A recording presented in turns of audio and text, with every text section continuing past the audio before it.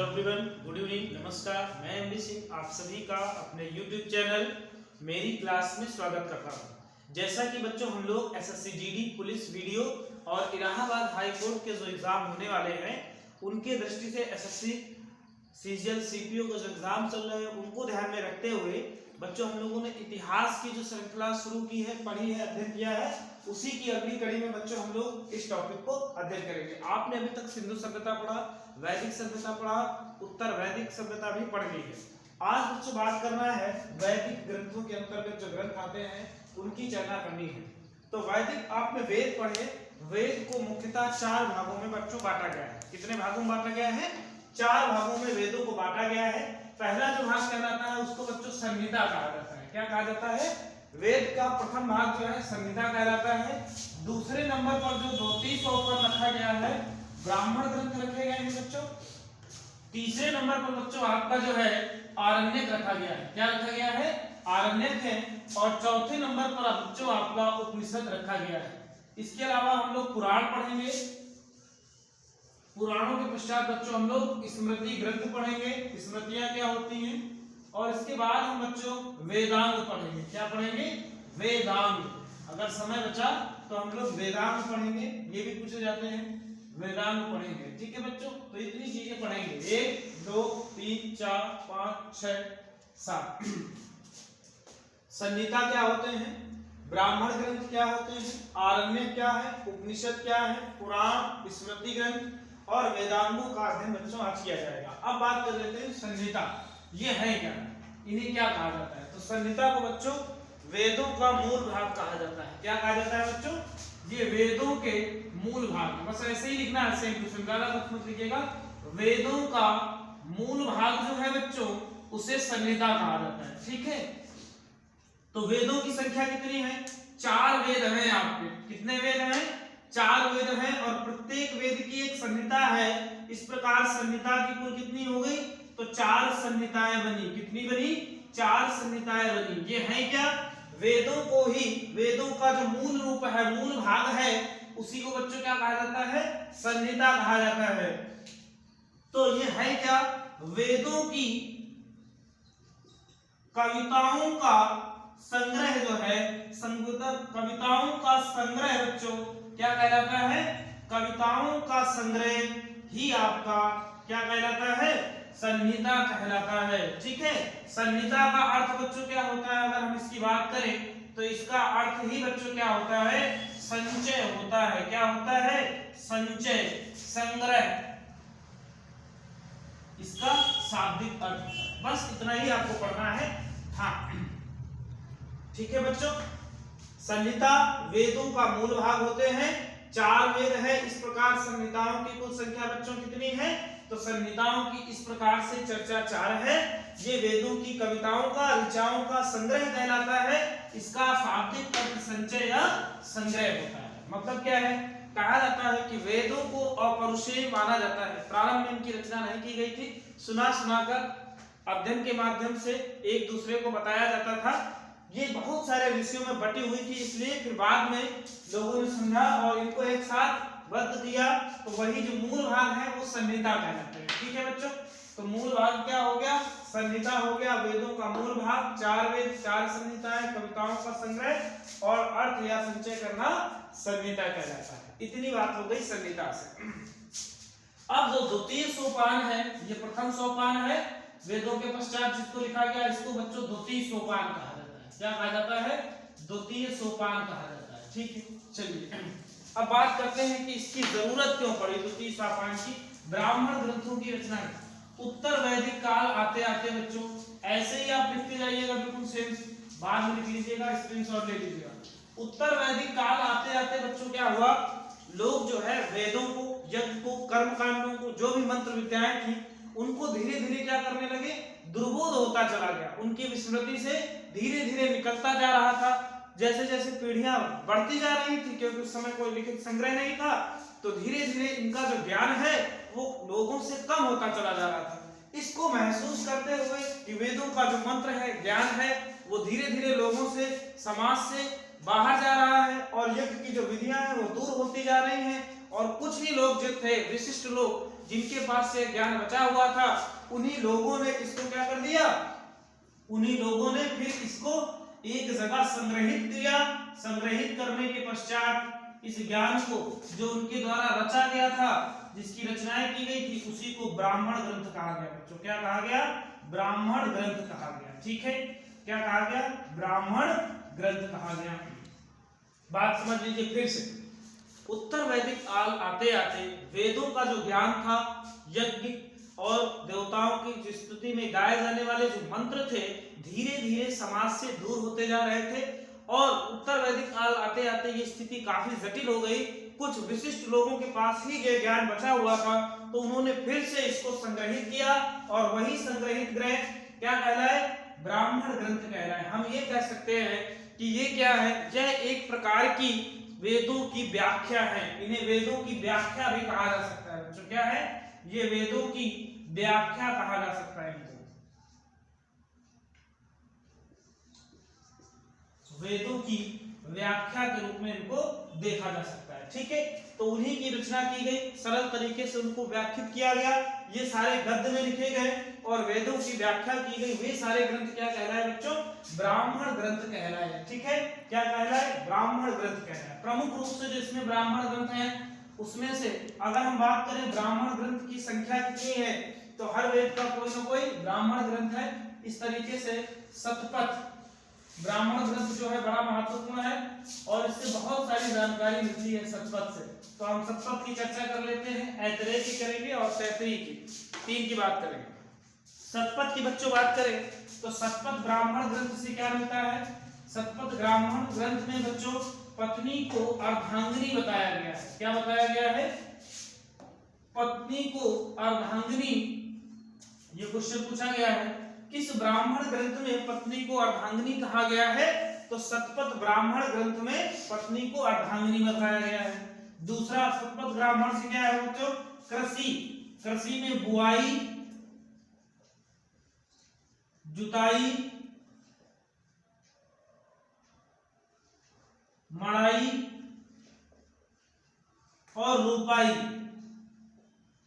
इनका साक्ष्य बच्चों कहां से मिलता है, तो शतपथ ब्राह्मण ग्रंथ से ही बुआई, जुताई, मड़ाई और रोपाई का भी साक्ष्य मिलता है। ठीक है, यहीं से बाढ़ का बच्चों साक्ष्य मिलता है। जल प्लावन कहा गया है। क्या कहा गया है, जल प्लावन। तो जल प्लावन का भी साक्ष्य किससे मिलता है, शतपथ ब्राह्मण ग्रंथ से मिलता है। इसके अलावा अगर हम बात करेंगे तो इसके अलावा जो बच्चों है आपका ऐतरेय ब्राह्मण ग्रंथ है। कौन सा है, ऐतरेय और तैतरीय, जो महत्वपूर्ण है तैतरीय।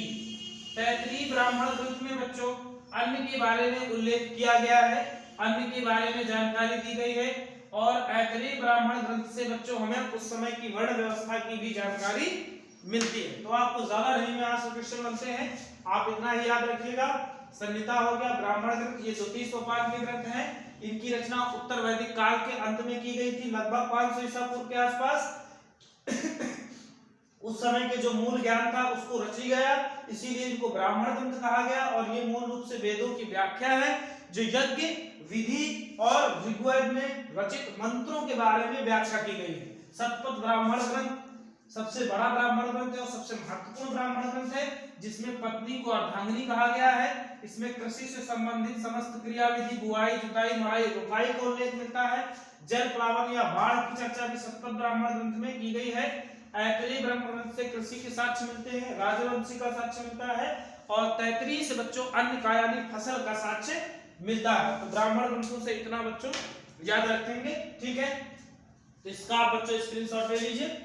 इसके बाद हम लोग पढ़ेंगे आरण्यक के बारे में। किसके बारे में पढ़ेंगे, आरण्यक क्या होता है। ठीक है, चलिए इनको हटाएं।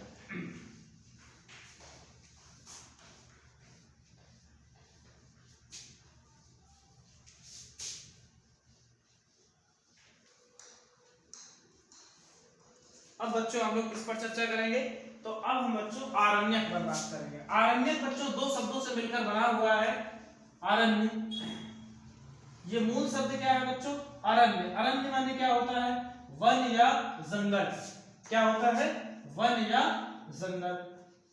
ये है क्या, इनमें गूढ़ रहस्य बताया गया है बच्चों। अध्यात्म का गूढ़ रहस्य जिसमें बताया गया, गूढ़ का मतलब बहुत ही महत्वपूर्ण और जटिल, आध्यात्म का इसमें गूढ़ रहस्य बताया गया है बच्चों, किसमें, आरण्यक। ठीक है, इसे रहस्यवादी ग्रंथ भी कहा जाता है। क्या कहा जाता है, रहस्यवादी ग्रंथ भी कहा गया है बच्चों। ठीक है, इसे रहस्यवादी ग्रंथ भी कहा गया है। ये चिंतन प्रधान ग्रंथ कहलाता है बच्चों। क्या कहलाता है, चिंतन प्रधान ग्रंथ भी इसे कहा जाता है। ठीक है, वानप्रस्थ आश्रम के दौरान इसकी रचना की गई है बच्चों। क्या है, वानप्रस्थ आश्रम के दौरान इसकी रचना की गई थी। कब की गई थी, वानप्रस्थ। वानप्रस्थ का मतलब क्या होता है बच्चों, जब व्यक्ति संन्यास धारण कर लेता है, जंगल चला जाता है या गृहस्थ आश्रम को त्याग देता है, तब इसकी रचना की गई है, आरण्यक। आरण्य या अरण्यक। इन्हें गूढ़ रहस्य या अध्यात्मवाद, वेदों का चिंतन प्रधान ग्रंथ जो कहलाता है बच्चों, उसी ग्रंथ को, चिंतन प्रधान ग्रंथ को आरण्यक कहा गया है। इनकी कुल संख्या कहीं 7 है, कहीं 8 है, इस तरह से मिलती है। इनके बारे में भी हम लोग चर्चा करेंगे, आरण्यक के बारे में। कहा जाता है कि ये वेदों के नवनीत हैं। क्या है, वेदों के नवनीत हैं। नवनीत माने बच्चों क्या होता है, मक्खन होता है। कहा जाता है जिस प्रकार दही से मक्खन निकलता है, मलय से चंदन प्राप्त होता है, औषधि से अमृत प्राप्त होता है, उसी प्रकार वेदों से आरण्यक प्राप्त होते हैं। समझ में आया, दही यानी दूध से जो उसकी सर्वोच्च अवस्था है दही या मक्खन की होती है, उसी प्रकार मलय जो वृक्ष होता है उससे जो उसका जो मूल भाग है, सबसे महत्वपूर्ण भाग चंदन है। उसी प्रकार औषधि से अगर कुछ बनाया जा सकता है महत्वपूर्ण, वो अमृत है। उसी प्रकार से वेदों का नवनीत कहा गया है आरण्यकों को। तो ये याद रखिएगा, महत्वपूर्ण ग्रंथ है। इनकी रचना बच्चों कब की गई, कहा जाता है शोरगुल से दूर स्थान पर इनकी रचना की गई है। और शोरगुल से दूर स्थान कौन सा हो सकता है, वन हो सकता है, जंगल हो सकता है। तो एकांत में रहकर चिंतन प्रधान मनन ग्रंथ की जो रचना की गई थी, वही ग्रंथ बच्चों क्या कहलाए, आरण्यक कहलाए। इसका शाब्दिक अर्थ वन या जंगल होता है। इसमें गूढ़ रहस्यवादी चिंतन किया गया है। इसके 3 मूल बच्चों तत्व हैं। 3 मूल तत्वों पर यह आधारित है। ज्ञान योग पर किस पर बल देता है, ज्ञान योग बच्चों 3 मूल तत्व हैं। कर्म योग और उपासना पर यह बल देता है। 3 इसके महत्वपूर्ण तत्व हैं, इनको याद रखेंगे केवल। ज्ञान योग, कर्म योग और उपासना पर बल देता है। इन्हें वेदों का नवनीत कहा जाता है और ये चिंतन प्रधान ग्रंथ हैं जो वानप्रस्थ आश्रम के दौरान शोरगुल से दूर एकांत वन में लिखे गए थे। अर्थात इनके बारे में जानने के लिए शोरगुल से दूर स्थान ही पर्याप्त है। वनों की अगर हम बात करें तो किसी पुस्तक में 7, किसी में 6 और किसी पुस्तक में इनकी संख्या 8 मिलती है, लेकिन ये पूछा नहीं जाता। फिर भी अगर बात करें तो हर वेद का कुछ ना कुछ बताया गया है कि आरण्यक है। तो उसके बारे में अगर हम चर्चा करें तो ऐतरेय बच्चों, औतरेय, कौशितकी और संख्यायन, ये बच्चों तीनों किसके हैं, ये तीनों ऋग्वेद के हैं। कहीं कहीं पर ऐतरेय कौशितकी नहीं दिया गया है, कहीं कहीं संख्यायन नहीं दिया गया है, इस तरह से है। तो ऐतरेय कौशितकी संख्यायन किसके हैं बच्चों, ये ऋग्वेद के आरण्यक माने जाते हैं। इसी प्रकार से अगर हम बात करें तो बृहदारण्यक और तैतरीय बच्चों किसके माने जाते हैं, यजुर्वेद के माने जाते हैं। आप केवल इतना याद रखिएगा कि अथर्ववेद का कोई आरण्यक नहीं है, अथर्ववेद का कोई आरण्यक नहीं है। केवल इतना ही याद रखना है कि अथर्ववेद का कोई आरण्यक नहीं होता। ये नहीं पूछे जाते हैं आपके बोर्ड एग्जाम में कि कौन सा किसका है, केवल इतना याद रखिएगा। ठीक है, ये ज्ञान, कर्म और उपासना पर बल देता है। ये वेदों का नवनीत है, चिंतन प्रधान ग्रंथ है, रहस्यवादी ग्रंथ है। जो सर्वाधिक किस पर बल देता है, ये क्वेश्चन पूछा गया है। ये तप पर सबसे अधिक बल देता है। किस पर बल देता है, तप पर सबसे अधिक बल देता है। दिख रहा है, तप पर सबसे अधिक फोकस करता है। तो 3 क्वेश्चन, कितने तत्व हैं, 3, ज्ञान, कर्म, उपासना। वेदों का नवनीत है, यानी वेदों का जो सबसे महत्वपूर्ण भाग है वही आरण्यक है, चिंतन प्रधान ग्रंथ है, जंगल में लिखे गए हैं और तप पर सबसे ज्यादा बल देते हैं। वानप्रस्थ आश्रम के द्वारा इनकी रचना की गई है, एकांत में की गई है। ठीक है बच्चों, इसका आप ले सकते हैं श्लोक। चलिए अब हम लोग बात करेंगे बच्चों उपनिषद की। किसकी चर्चा होगी, उपनिषद की चर्चा होगी। ठीक है, छोटा तो नहीं है ज्यादा, ठीक है। अब लोग बच्चों हम लोग बात करेंगे उपनिषदों की। उपनिषद की बात करें, शाब्दिक अर्थ की बात करें, उप प्लस नी और प्लस सद, 3 शब्द इससे मिलकर बने हुए हैं। उप माने क्या होता है बच्चों? निकट या समीप होता है। नि माने क्या होता है? निष्ठा पूर्वक। तो सद माने क्या हो गया? बैठकर या समीप। तो सद मतलब ज्ञान से है, सदविचार क्या है? गुरु के समीप या निकट बैठकर निष्ठा पूर्वक या श्रद्धा पूर्वक ज्ञान प्राप्त करने की जो विद्या है बच्चों, उसे क्या कहा जाता है? उपनिषद कहा जाता है। ठीक है, फिर से सुन लीजिए। गुरु के समीप निष्ठा पूर्वक श्रद्धा पूर्वक बैठकर प्राप्त की गई विद्या को क्या कहा गया है?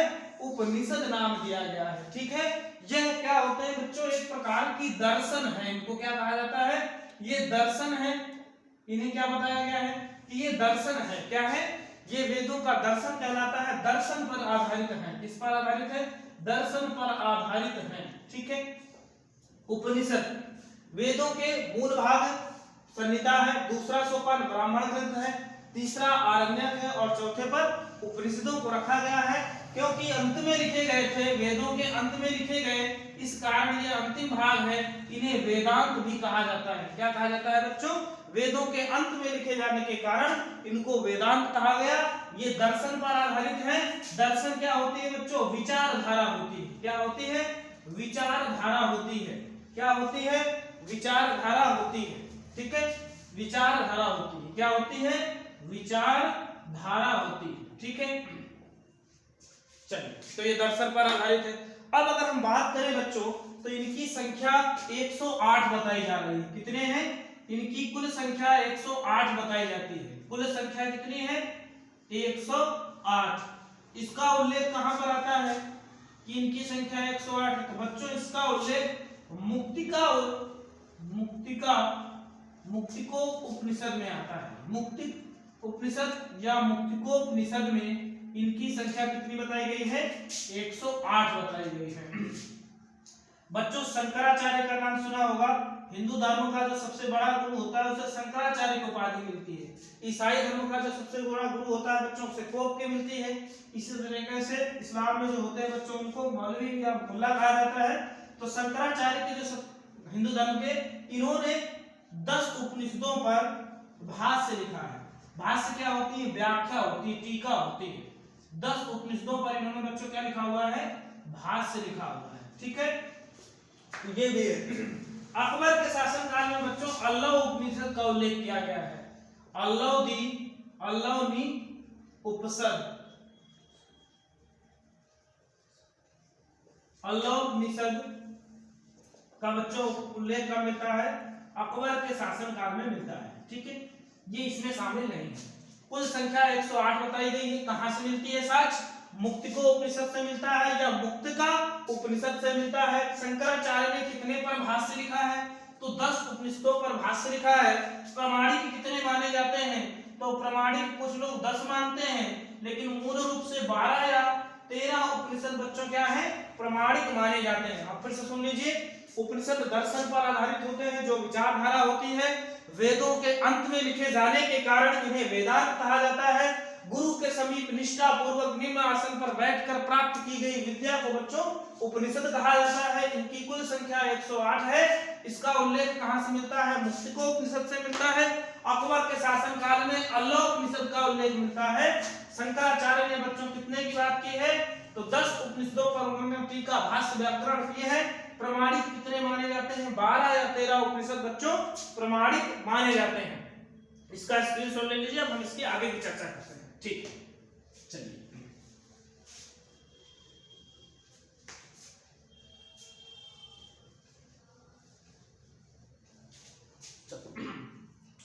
बच्चों का क्वेश्चन बनता है इसमें, सत्यमेव जयते किस उपनिषद से लिया गया है? सत्यमेव जयते यानी सत्य की विजय होती है। ये क्वेश्चन बहुत बार पूछा गया है। ये बच्चों आपका मुंडक उपनिषद से लिया गया है। वो किस उपनिषद से आया है बच्चों? ये तो ये आपका मुंडक उपनिषद से लिया गया है। किस उपनिषद से? मुंडक उपनिषद से। अगर साथ में मिला देंगे तो बच्चों गुण संधि हो जाती है। और मुंडकोपनिषद, तो सत्यमेव जयते का साक्ष्य कहां से मिलता है?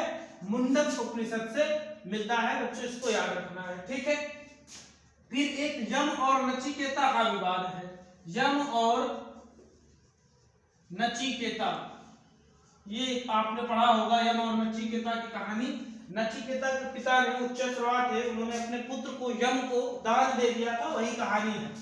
यम नचिकेता का मृत्यु को लेकर जो विवाद है, इसको लेकर मृत्यु को, कि मृत्यु के बाद क्या होता है, मृत्यु को लेकर जो उनका संवाद है, उसकी चर्चा बच्चों कहां पर मिलती है, तो कठ उपनिषद में मिलती है। किस उपनिषद में बच्चों इसकी जानकारी मिलेगी, कठ उपनिषद में आपको इसकी जानकारी मिलेगी। ठीक है, ये भी याद रखिएगा, बृहदारण्यक उपनिषद।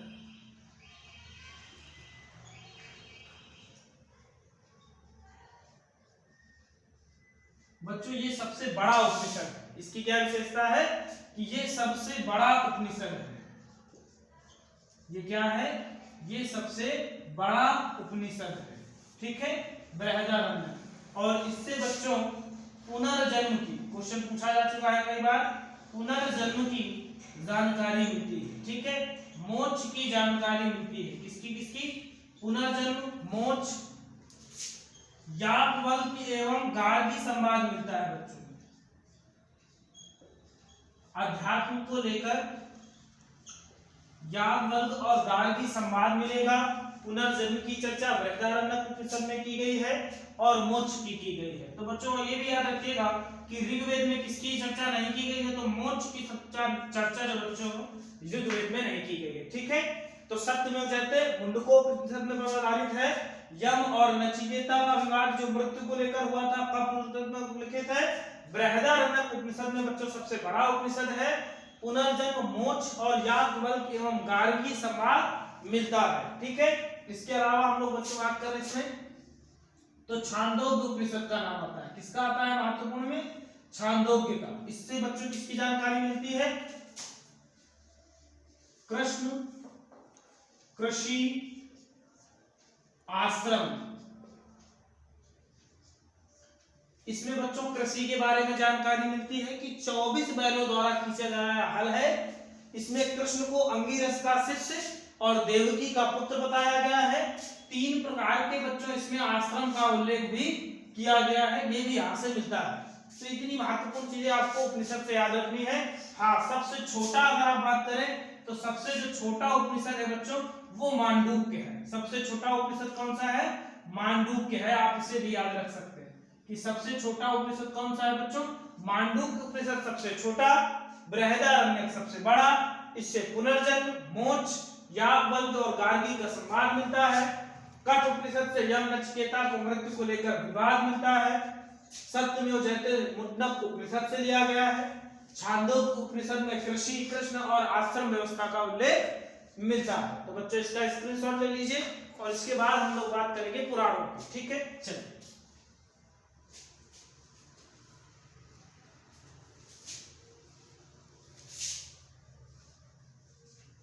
अब हम लोग बच्चों पुराण पर चर्चा कर लेते हैं।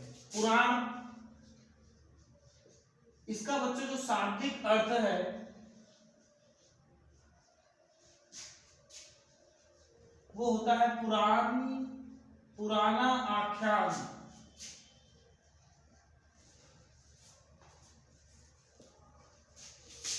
इसके 5 भाग हैं बच्चों। कितने भाग बताए गए हैं, इसके 5 भाग हैं पुराणों के। कौन कौन से देखिए, सर्ग, प्रतिसर्ग, मनवंतर, वंशांचरित,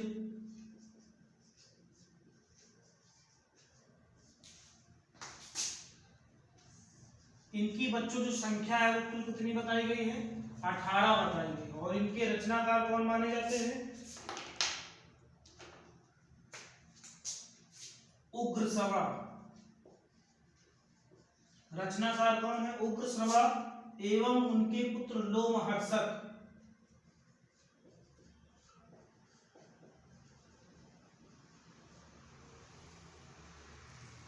उग्रश्रवा एवं उनके पुत्र लोमहर्षक को बच्चों पुराणों का रचनाकार माना जाता है। इसका शाब्दिक अर्थ होता है पुराना आख्यान। इसके मूल 5 भाग हैं और 18 इसके पुराण हैं। सर्ग, प्रतिसर्ग, मनवंतर और वंशानुचरित। इससे बच्चों जो जानकारी मिलती है वो किसकी जानकारी मिलती है?